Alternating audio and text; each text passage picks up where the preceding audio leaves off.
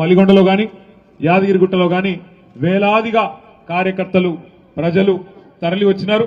ఖచ్చితంగా కేసీఆర్ గారే తిరిగి గెలవాలి అనే ఒక వాతావరణం ప్రస్ఫుటంగా కనబడ్డది.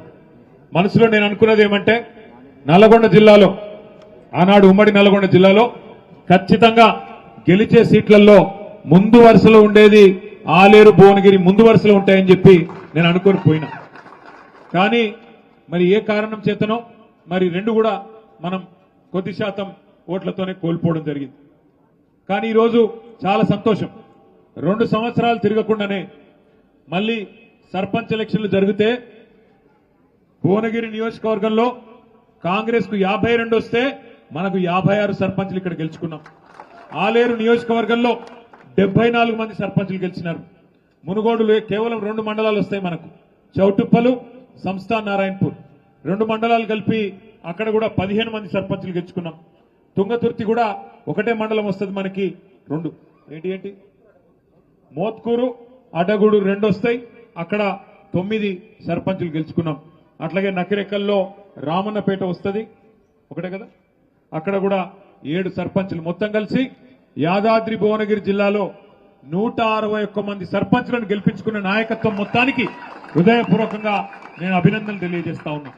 ఎందుకంటే పెద్దలు చెప్తారు, ఎక్కడ పోగొట్టుకున్న దాన్ని అక్కడనే దేవులాడుకోవాలి, అక్కడనే ఎత్తుకోవాలని చెప్తారు. 2 ఏళ్ల కింద ఎక్కడనైతే పోగొట్టుకున్నామో అధికారం, అక్కడి నుంచే తిరిగి మళ్లీ పూర్వ వైభవం ప్రారంభమైంది అనడానికి ఈరోజు ఆ యాదాద్రి లక్ష్మీ నరసింహస్వామి ఆశీస్సులతో మనం సాధించిన ఈ గెలుపే దానికి నిదర్శనం అని చెప్పక తప్పదు. ఈ గెలుపు సామాన్యమైన గెలుపు కాదు. ఇంతకుముందు సోదరుడు మాట్లాడుతూ ఒక మాట అన్నారు, పార్లమెంటు గెలుచుడు అలకగానే కానీ పంచాయతీ గెలుచుడు కష్టమని. అది నిజం కూడా. ఎందుకంటే ఎట్లెట్లా ఓట్లు తగ్గితే అట్లెట్లా ఓటు విలువ పెరుగుతుంది, ఓటు బరువు పెరుగుతుంది. నిజంగా కూడా ఒక్కొక్క ఇల్లు తిరిగి ఒక్కొక్క మనిషిని కలిసి కడుపులో తలబెట్టి ఆ ఉన్న 1000 ఓట్లలో 2000 ఓట్లలో గెలిచి రావడం అంటే మామూలు విషయం కానే కాదు. అందుకే మళ్ళొక్కసారి గట్టిగా గెలిచిన సర్పంచ్లకు ఉప సర్పంచ్లకు గట్టిగా అభినందనలు చెప్తాం. మీ గెలుపు ఇవాళ రాష్ట్రంలోని పార్టీ మొత్తానికి 1000 ఏనుగుల బలాన్ని ఇచ్చింది. సామాన్యమైన విషయం కాదు. గెలిచిన వాళ్ళు అట్లాగే దగ్గరకు వచ్చి ఓడిపోయిన వాళ్ళు ఉన్నారు, కొంత దూరంలో ఉండి ఓడిపోయిన వాళ్ళు కూడా ఉండొచ్చు. కానీ 12,800 గ్రామాల్లో పోటీ చేసి వీరోచితంగా పార్టీ కోసం గిరిగీసి బరిలో నిలబడ్డ ప్రతి ఒక్కరికి గట్టిగా చప్పట్లు కొట్టి ఒకసారి అభినందనలు చెప్పాలని చెప్పి కూడా నేను కోరుతా ఉన్నాను.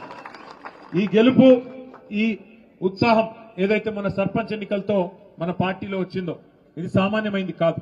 ఎందుకంటే అవతల వాళ్ళ అరాచకం కూడా సామాన్యమైంది కాదు. ఎన్ని రకాల ఇబ్బందులు పెట్టినారో మీ ఉమ్మడి నల్లగొండ జిల్లాలో మీరే చూసినారు. తమ్ముడు ఇప్పుడే కిషోర్ చెప్పినట్టు నూతన్కల్ మండలంలో లింగంపల్లి అనే ఊరిలో మల్లయ్య యాదవ్ అనే మన సోదరుడు, మన కార్యకర్త, ఆయన కోడల్ని వార్డు మెంబర్గా నిలబెట్టిండు. పాపం ఆయన తిరుగుతా ఉన్నాడు ప్రచారానికి. అదే ఊరిలో మన మండల అధ్యక్షుడు ఇంకో మల్లయ్య ఉంటాడు.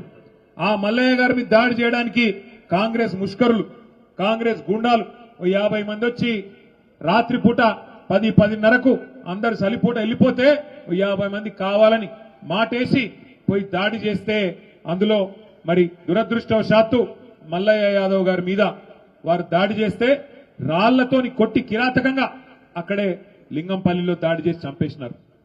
ఇది ఒక చోటనే కాదు, ఇట్లా చాలా చోట్ల చాలా దాడులు జరిగినాయి. ఇక బెదిరింపులకైతే లెక్కనే లేదు. అంత ఎంత గలీజ్ అంటే రాజకీయం ఎంత గలీజ్గా మారిందంటే కాంగ్రెస్ వచ్చినాక మనం కూడా ఉన్నాం 10 ఏళ్ళు ప్రభుత్వంలో, కానీ ఎప్పుడు ఇంత చిల్లర రాజకీయం చేయలే. నల్లగొండ నియోజకవర్గం తిప్పర్తి మండలం ఎల్లమ్మగూడెం అనే గ్రామంలో సర్పంచ్ గా నామినేషన్ ఇస్తే మన సోదరుడు ఆయన పేరేముండేనే యాదగిరి గారు నామినేషన్ ఇస్తే ఆ సోదరుని బెదిరించినారు, ముందు కొట్టినారు, కాళ్ళ మీద ఏళ్ల మీద కనబడుతున్నాయి దెబ్బలు. ఎగ్జామినేషన్ చేస్తే ఏ డాక్టర్ అయినా సర్టిఫికెట్ ఇస్తాడు, బాగా కొట్టినారు. కొట్టడమే కాదు, అయినా కూడా ఆ తమ్ముడు వినకపోతే కారులో వేసుకొని కిడ్నాప్ చేసి తీసుకొని పోయినారు.